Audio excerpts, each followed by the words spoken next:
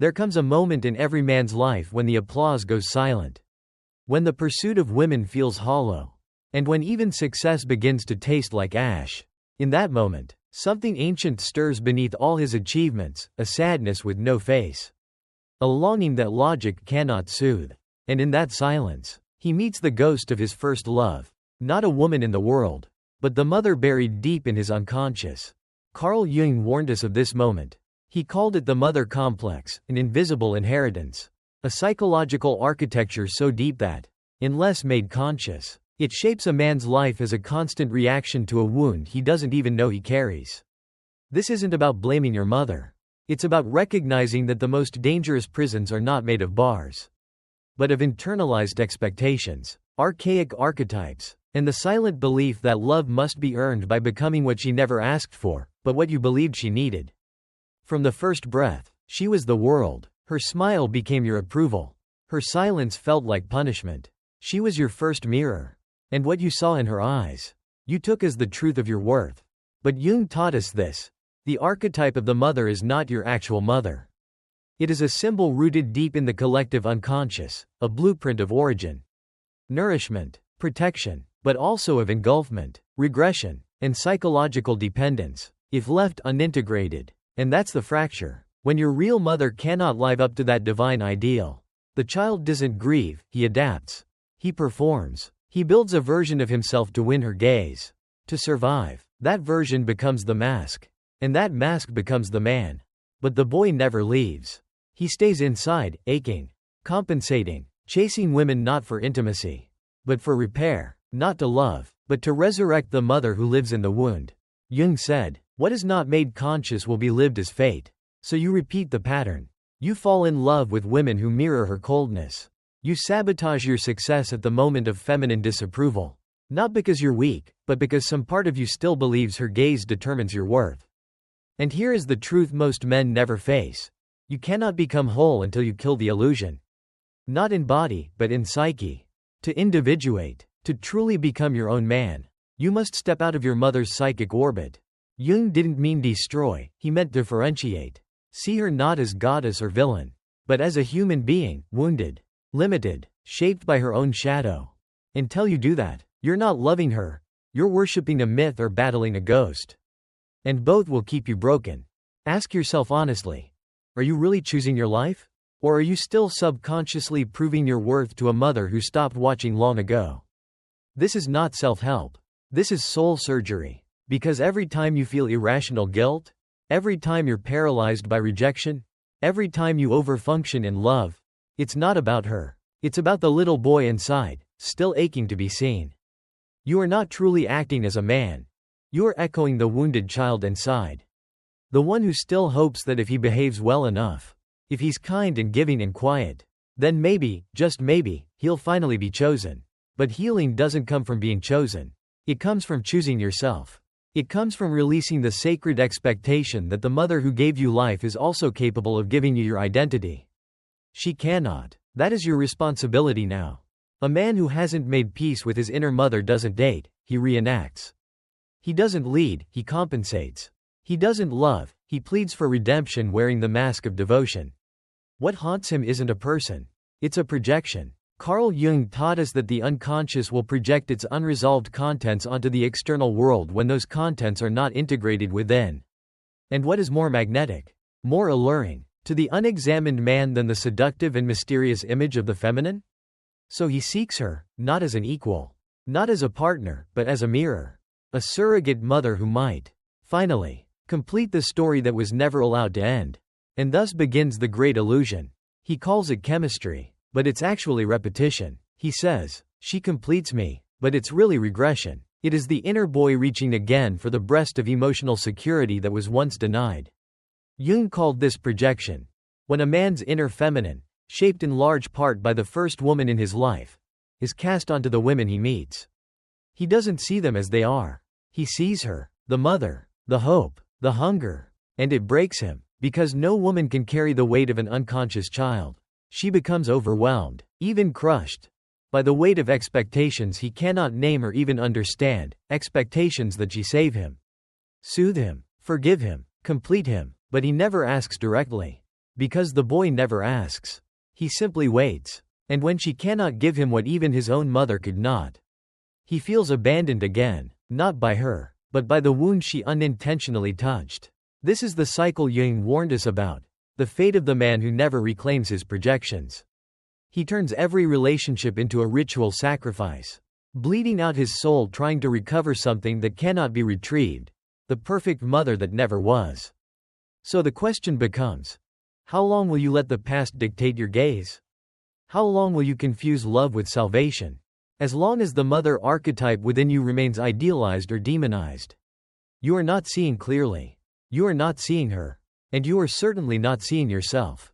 Until this changes, you will confuse intimacy with need, sex with healing, silence with rejection, and abandonment with destiny. But here is the truth Jung offered, wrapped in fire.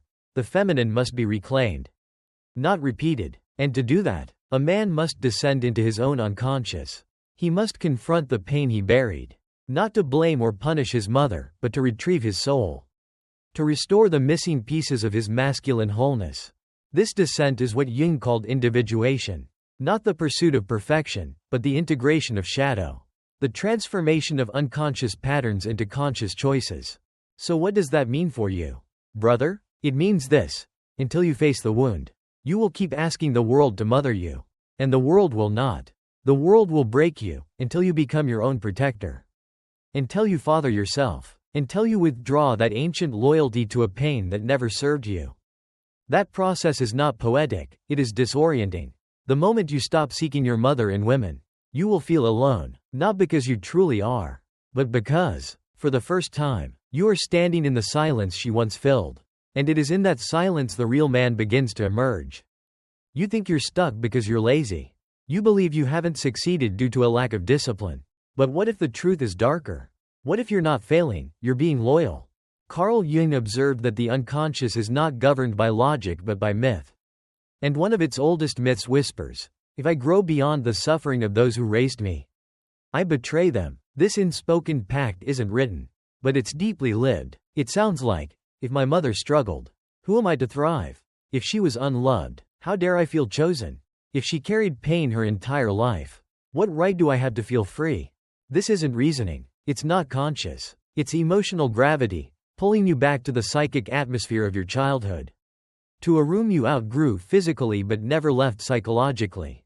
So what happens? You dim your light right before success. You sabotage healthy relationships before they feel safe. You chase rejection, not because you want to, but because some deep part of you whispers, if I heal, I leave her behind. Jung called this kind of loyalty a binding archetypal possession. It's when an archetype doesn't merely influence you, it inhabits you. When your mother's pain becomes your identity. When you carry her sadness like a relic, terrified to release it, because if you let it go, who are you without it?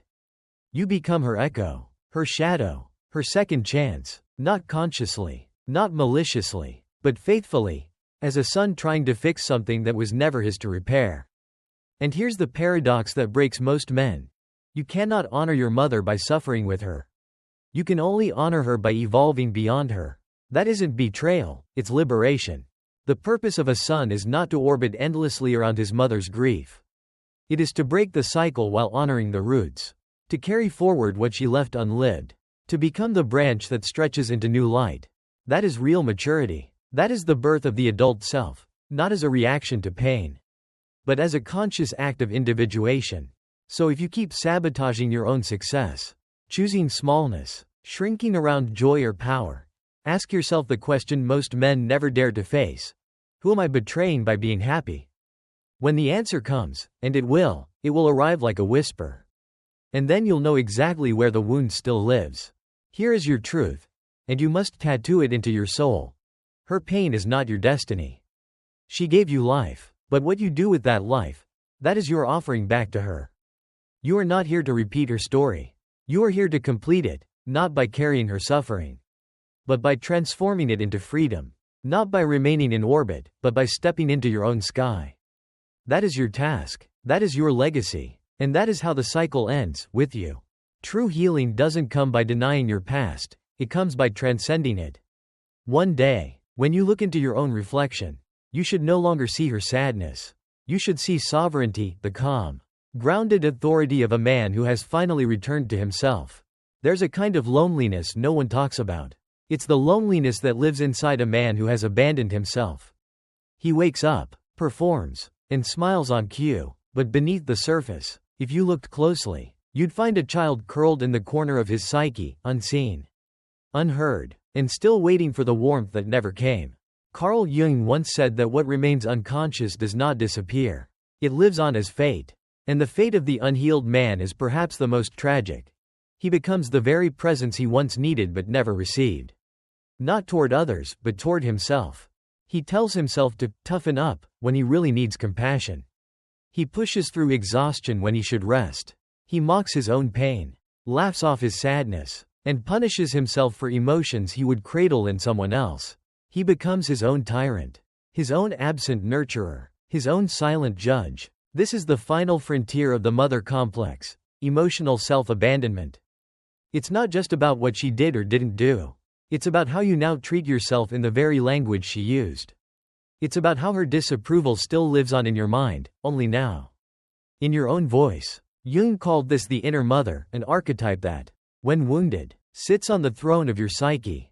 It governs your worth, your choices, your relationships, and your sense of safety in the world. So what do most men do? They run, they perform, they drown in noise, in work, in women, but no matter where they go, the same question follows. Why do I feel empty even when I do everything right? The answer is this: because you left yourself.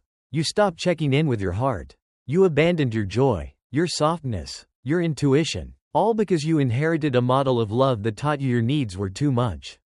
Your sadness was inconvenient, and your vulnerability was weakness. But here's what Jung would tell you, and it's a truth men must hear with trembling hands. The privilege of a lifetime is to become who you truly are. Not who you were told to be. Not who she needed you to be.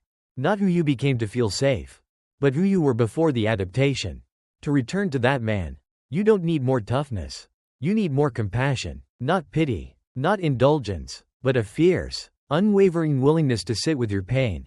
To stop trying to fix it, explain it, or silence it. That is self-fathering. That is reparenting. That is becoming the internal guide you never had.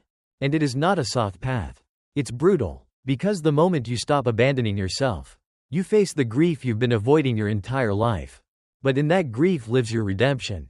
Because the moment you say, I see you, I will not leave you again, something shifts. You are no longer an echo of your childhood.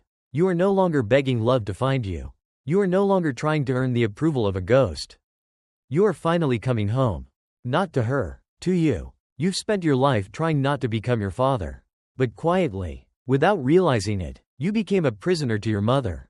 Not by rebellion, but by inheritance. And the tragedy isn't that she failed you. It's that you kept her voice alive in your mind long after she left the room. Jung understood what most men ignore. The point of growth isn't rebellion. It's loving separation. That's how a man becomes free.